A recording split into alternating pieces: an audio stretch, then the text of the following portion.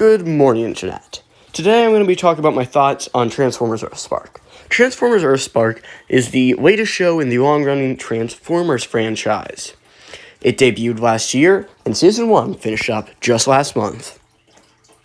To say this show is controversial would be quite an understatement. I've seen people fall head over heels in love with the show's new characters and new concepts, and I've seen people rip it to shreds about how boring and miserable and boring it is. And personally, my views on it are somewhat positive, but it's far from the greatest thing.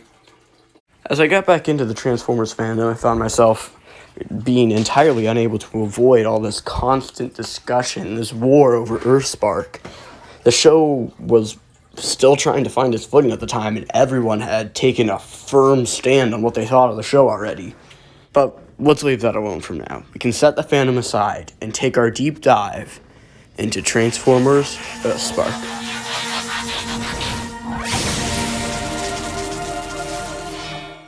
Wow, that was a really boring intro. I don't think we've had a single interesting or good Transformers intro since Prime.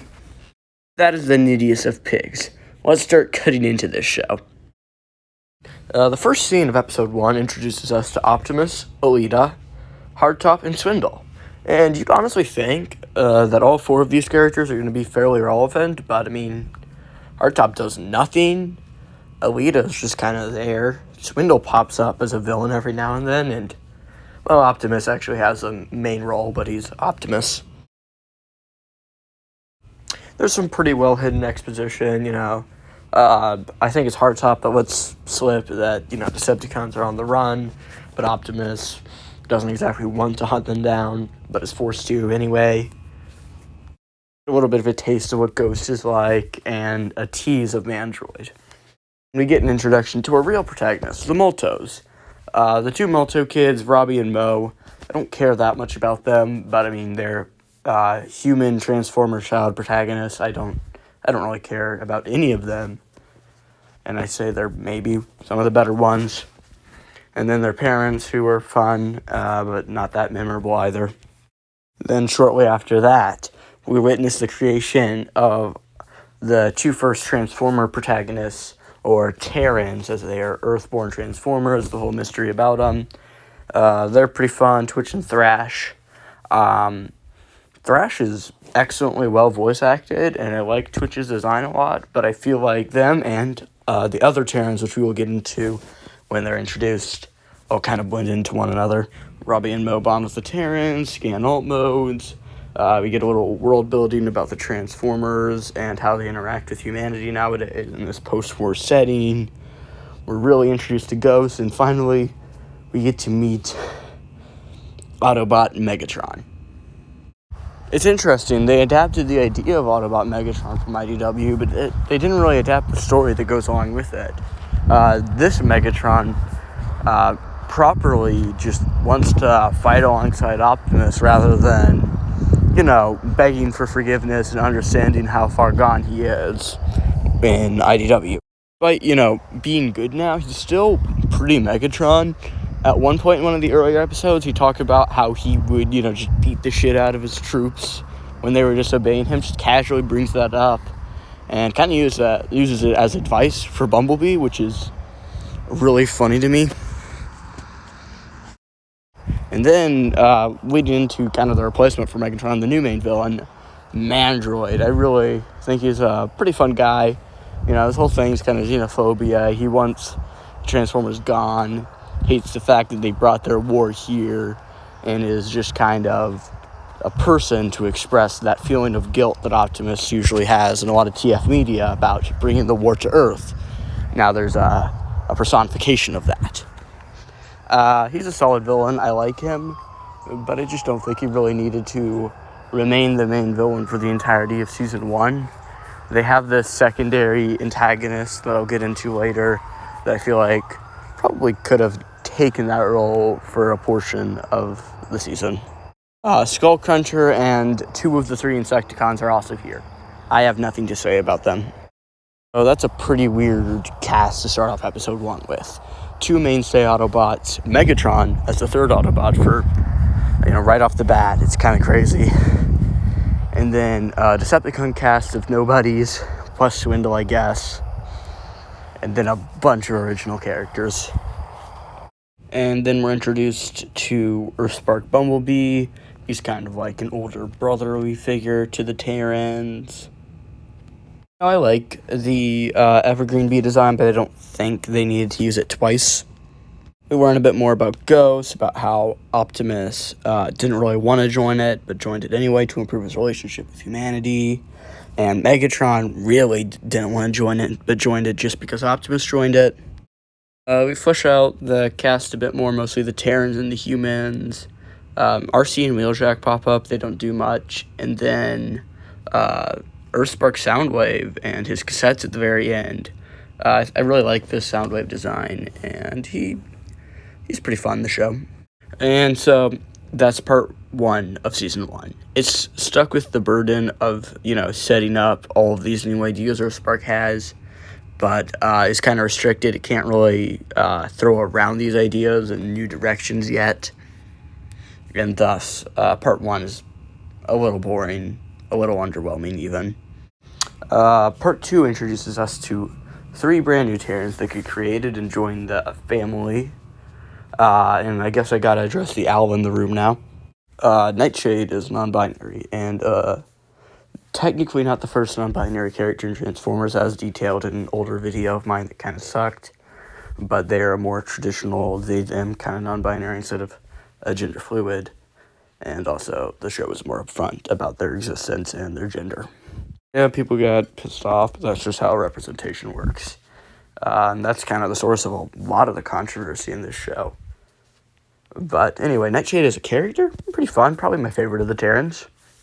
Hashtag's kind of a dumb name. I think her voice actor's doing a real good job, but the character mostly just gets used for, Zoomer and technology jokes, and I really just don't care about her at all because of that. She has a pretty good character moment later on in part 3, but yeah, I don't care much. Jawbreaker, Gentle Giant, scans a cool alt mode, but really blends in with the other Terrans. I, do not remember much about him at all, and, I just rewatched the entirety of the show within the past 2 months. Season 2 gives us a lot more Mandroid, and I gotta say, I don't even remember who's voice acting him, but man, do I really love that grizzled sort of voice he has once he starts to get infected by his Transformer parts. Ooh, I love it. I feel like generally the writing in this part is really bland, and the writing has never been great throughout the entirety of Earthspark. The dialogue in particular, it is wacky sometimes. And I think the humor also pretty bad in part 2. I don't really know what's going on with part 2 writing-wise. I can say the storyboarding and shot composition is pretty great, especially in this part. And then there's Earthspark Tarantula, so what we get introduced to. That's kind of a shock to see him in the show. And I think his design is awesome, and the general episode around him is great, and the way he's used is great, and his relationship with Nightshade is great. But he's British, and I don't know, kind of the best part of Tarantulas is the way he speaks. So why does he speak in kind of like a normal, slightly British accent? There's also Earthspark Breakdown, who serves a pretty similar role to Tarantulas, but at least his voice doesn't confuse me, doesn't perplex me like Tarantulas does. As this Mandroid and Ghost plot continues, we kind of start to realize I don't know where this is going to go, because Mandroid and Ghost have never been done before. There's no conventions to break in the first place to surprise me. I just don't know how it's supposed to go in the first place. Anyway, part 2 ends when the Terrans discover racism. Grimlock's here, but he doesn't do much, and Mandroid is at his coolest. Hashtag uses trains via her Wi-Fi powers, and I know people have already joked on and on about that, but I just gotta point out, that's dumb, that's silly. Part 2 concludes with Earthspark proving that it can do cool things sometimes, it just doesn't want to. Part 3 gives us more Grimlock. His voice acting is oddly, just bland. It's some celebrity voice actor. I don't remember off the top of my head, but I don't know. His performance is just really, really boring. Jawbreaker scans in all mode, which, that was a plot, I guess. It was also, a plot with the other Terrans, but they dragged it out with this one because, I don't know. When they talk about alt modes, there's clearly some sort of metaphorical messaging going on. I think it's supposed to represent, choosing a career or an identity of some kind, I think that's neat. And then there's all this Quintus Prime stuff that I don't really care about, much less feel like attempting to summarize. And alas, the Ghost and Mandroid plotlines meet and end up with, the most absurd and really fun conclusion. Learn of Ghost's real motives. Mandroid just hijacks those motives and uses them for his own gain and becomes this, messed up alien-looking thing. And then there is all sorts of mind control of all the Ghost aligned Transformers, and then Sharkticons appear. It's really fun. And alas, we come out of Earthspark with a feeling of that was pretty good.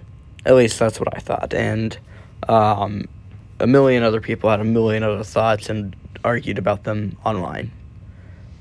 I've been Froggyl. Like and subscribe.